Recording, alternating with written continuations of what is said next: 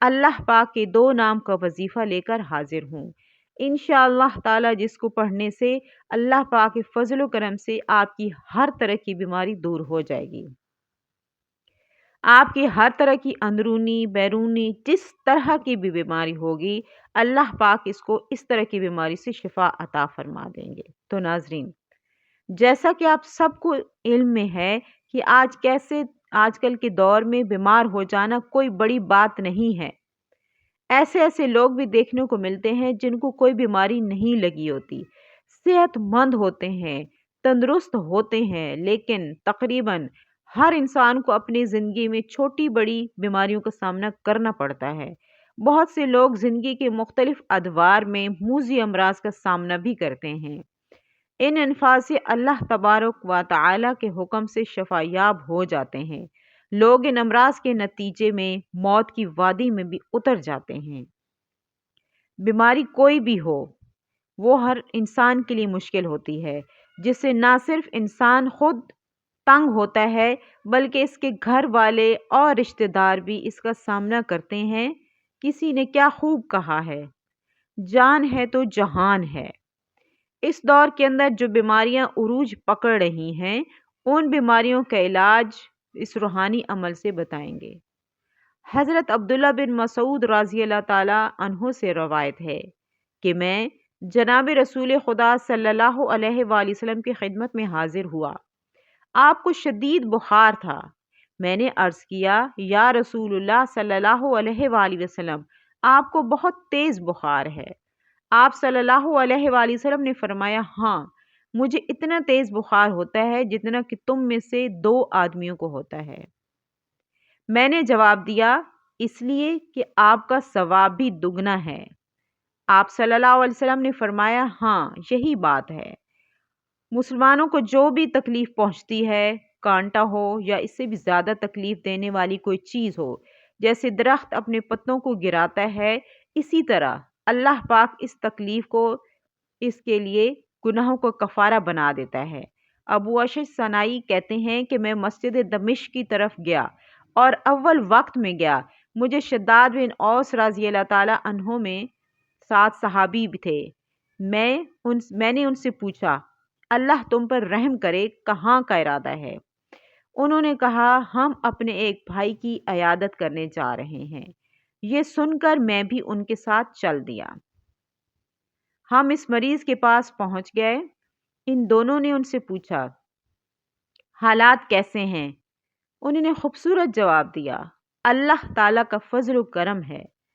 سیدنا شداد رضی اللہ تعالیٰ عنہ نے فرمایا کہ جناب رسول خدا صلی اللہ علیہ وآلہ وسلم نے فرمایا، اللہ تعالیٰ فرماتے ہیں کہ جب میں اپنے مومن بندے کو آزماتا ہوں اور وہ میری تعریف کرتے ہوئے میری آزمائش پر صبر کرتا ہے تو شفا یاب ہو کر اپنے بستر سے اس دن کی طرح گناہ سے پاک ہو کر اٹھتا ہے جس دن اس کی ماں نے اسے جنا تھا۔ تو محترم ناظرین، یہ اللہ تعالیٰ کی شان کریمی ہے کہ وہ ہمیں بیماریاں دے کر آزماتا بھی ہے۔ مزید یہ ہے کہ اللہ تعالیٰ اعمال لکھنے والے فرشتوں سے فرماتے ہیں کہ میں نے اس بندے کو پابند کر دیا ہے اور اس سے تندرستی کی حالت میں اس کے اعمال پر جو لکھے تھے اس کو برقرار رکھوایا ہے کہ بیمار کے اعمال اس کے گناہ معاف کرتے تھے۔ وہ ہمارا جنو تندرستی کی حالت میں کیا کرتا تھا، اجر کے بغیر ملتا رہتا تھا۔ کسی بھی قسم کی بیماری کو اس کا علاج کرنا، سننا اور علاج سے کبھی گریز نہیں کرنا چاہیے۔ بحیثیت مسلمان ہمارا ایمان ہے کہ بیماریاں اللہ کی جانب سے امتحان آزمائشیں ہوتی ہیں جن کا علاج کرنا چاہیے۔ تو ناظرین محترم، سنت کے مطابق علاج کرنا بھی جائز اور مستحق عمل ہے۔ اللہ رب العزت کا وعدہ ہے کہ بیماریوں سے شفا بھی اس کی جانب سے ملتی ہے۔ اس کے لیے بندے کو اپنے رب تعالیٰ سے ایسے طریقے سے دعا کرنی چاہیے کہ اس کی دعا میں تاثیر پیدا ہو۔ اس آدمی کی دعا میں تاثیر پیدا ہو جائے۔ بے تحاشا ادویات کھاتے رہنے سے جب کوئی مرض دور نہ ہو تو دیکھا گیا ہے کہ ساتھ روحانی عمل کرنے سے مرض سے جلد افاقہ ہو جاتا ہے اور مرض جڑوں سے غائب ہو جاتا ہے۔ بس بندے کو دعا کا سلیقہ آنا چاہیے، اس کے اندر عاجزی ہونی چاہیے۔ جو لوگ اس اسم اعظم کو پڑھ کر ایک تسبیح مکمل کرنے کے بعد اس کو پانی پر پھونک کر پی لیا کریں تو جہاں ان کو جسمانی امراض سے نجات ملے گی، وہاں باقی طور پر یہ مرض بے شک دنیاوی الجھنوں پر مشتمل کیوں نہ ہو، ان سے نجات کے لیے بندے کو اللہ پر بھروسہ کرنا چاہیے اور اپنی عبادات کو اذکار میں ثابت قدم رکھ دینا۔ اسے عزم اعظم کا بطور تسبیح کرنے والے کو خود بھی کبھی اکیلا نہیں سمجھنا چاہیے، طاقت کے ساتھ وہاں رہتے ہیں۔ حضرت عیسیٰ علیہ السلام معجزات میں سے ایک معجزہ امراض سے شفا تھا۔ رسول اکرم صلی اللہ علیہ وآلہ وسلم نے امراض و تکلیف کے حوالے سے علاج اسباب اختیار کرنے پر زور دیا تاکہ مسلمان جسمانی، قلبی، روحانی طور پر صحت مند رہیں۔ حضرت جابر سے روایت ہے کہ رسول اللہ صلی اللہ علیہ وسلم روایت کرتے ہیں کہ ہر مرض کی دوا موجود ہے، جب مرض کا علاج ہو جائے تو اللہ تعالیٰ کے حکم سے وہ مریض ٹھیک ہو جاتا ہے۔ اس حدیث میں دو باتوں کی طرف اشارہ کیا گیا ہے کہ امراض کے لیے دعا موجود ہے، ایسے استعمال کرو، مگر یقین یہی رکھو کہ شفا تو اللہ ہی کے ہاتھ میں ہے۔ اللہ تعالیٰ نے بڑھاپے کے سوا ہر بیماری کی دوا پیدا کی ہے۔ حضرت ابو ہریرہ رضی اللہ تعالیٰ عنہ نے فرمایا کہ آپ صلی اللہ علیہ وسلم کا فرمان ہے، اللہ تعالیٰ قیامت کے دن فرمائے گا، اے ابن آدم، میں مریض تھا، تو نے میری تیمارداری کیوں نہ کی؟ بندہ عرض کرے گا کہ اے اللہ، میں آپ کی عبادت کیسے کرتا، عیادت کیسے کرتے، حالانکہ آپ رب العالمین یعنی آپ بیمار ہونے سے پاک ہیں۔ اللہ تعالیٰ کی طرف سے جواب آئے گا کہ میرا فلاں بندہ مریض تھا تو اس کی تیمارداری نہیں کی، کیا تجھے پتہ نہیں کہ اگر تو اس کی تیمارداری کرتا تو مجھے اس کے پاس پاتا؟ حضرت ابو ہریرہ رضی اللہ تعالیٰ عنہ اور حضرت عبداللہ بن عمر سے مروی ہے کہ آپ صلی اللہ علیہ وسلم کا فرمان ہے، جب کوئی شخص کسی مریض کے لیے جاتا تو اللہ تعالیٰ 70,000 فرشتوں کو مقرر فرماتا ہے جو اس کے لیے دعائے مغفرت کرتے ہیں کہ یہ تیماردار کی غرض سے جا رہا ہے۔ جب ایک شخص قدم زمین پر اٹھاتا ہے تو اس کے لیے ایک نیکی لکھ دی جاتی ہے، جب دوسرا قدم زمین پر رکھتا ہے تو اس کے گناہ مٹا دیے جاتے ہیں اور اس کا درجہ بلند کیا جاتا ہے، یہاں تک کہ وہ اس مریض کے پاس تیمارداری کے لیے جا بیٹھتا ہے۔ اللہ کی رحمت اسے ڈھانپ دیتی ہے اور اس وقت تک اللہ کی رحمت میں رہتا ہے کہ تیمارداری کر کے واپس نہیں آ جاتا۔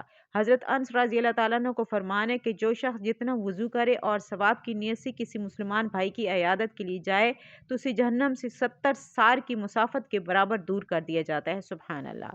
حضرت ابن عباس رضی اللہ تعالیٰ عنہ سے مروی ہے کہ آپ صلی اللہ علیہ وسلم کا پیش فرمان ہے کہ تیمارداری کرنے والا مریض کے پاس بیٹھ کر 7 مرتبہ یہ دعا پڑھے تو اللہ تعالیٰ اسے اس مرض سے شفا عطا فرماتا ہے۔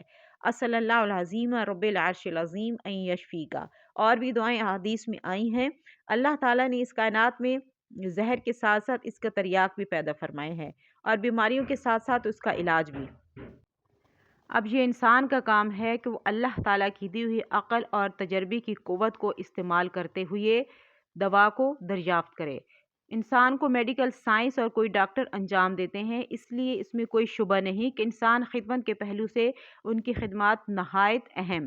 بھوکے کو کھانا کھلانا، محتاج کو کپڑے پہنانا، معذور کے کام میں ہاتھ بٹانا اور ضرورت مند کی حاجت پوری کرنا، یہ سب مخلوق کی خدمت ہے، لیکن انسان سب سے زیادہ خدمت کا محتاج اس وقت ہوتا ہے جب وہ مریض ہو۔ مرض انسان کو اس مقام تک پہنچا دیتی ہے کہ کھانا موجود ہونے کے باوجود وہ کھانا نہیں کھا سکتا، ہاتھ پاؤں سلامت ہیں لیکن وہ ایک قدم نہیں چل سکتا اور تیمارداری اور مددگاروں کی رحمت کا محتاج ہو جاتا ہے۔ اسی لیے رسول اللہ صلی اللہ علیہ وآلہ وسلم نے مریض کی عیادت اور تیمارداری کو بے حد فخر کا باعث قرار دیا ہے۔ آپ صلی اللہ علیہ وسلم نے فرمایا، جب ایک شخص مریض کی عیادت میں رہتا ہے گویا وہ جنت کے باغ میں ہے۔ اس طرح ڈاکٹر گویا اپنی ڈیوٹی کے پورے وقت اس حدیث کا مصداق ہوتا ہے۔ رسول اللہ صلی اللہ علیہ وسلم نے ارشاد فرمایا ہے کہ لوگوں میں سب سے بہتر وہ ہے جو لوگوں کا سب سے زیادہ نفع پہنچائے، اور کون ہے جو انسانوں کے لیے ڈاکٹر اور معالج سے بڑھ کر ہے۔ اس طرح گویا حضور صلی اللہ علیہ وآلہ وسلم نے انسان خیر الناس بہترین انسان کا ایوارڈ دیا ہے۔ اس سے بڑھ کر اور کیا اعزاز ہو سکتا ہے؟ واقعہ یہ ہے کہ اگر گروہ انسانیت کا سب سے بڑا محسن ڈاکٹر ہے اور اس نسبت سے اس کی توقیر و تکریم معاشرے کا فرض ہے کہ ہر دفعہ ایسا ہوتا ہے کہ علاج سے جلد فائدہ نہیں ہو رہا ہوتا، مریض کی موت واقع ہوئی تو لوگ ڈاکٹر کے پاس سے گزر جاتے ہیں اور بعض دفعہ تو اس کی جان کے لالے پڑ جاتے ہیں، اور یہ غیر سنجیدہ طرز عمل ہے۔ اسی لیے علاج تو انسان کے اختیار میں ہے، لیکن صحت و شفا اللہ کی مشیت کے بغیر حاصل نہیں ہوتی۔ جو شخص کی جس مقام تک حاصل ہوتا ہے اس نسبت تک اس کی ذمہ داری بھی ہوتی ہے۔ اس لیے ڈاکٹر حضرات کو اپنے اپنے پیشے پر توجہ دینی چاہیے۔ ہم یہ نہیں کہتے کہ ڈاکٹر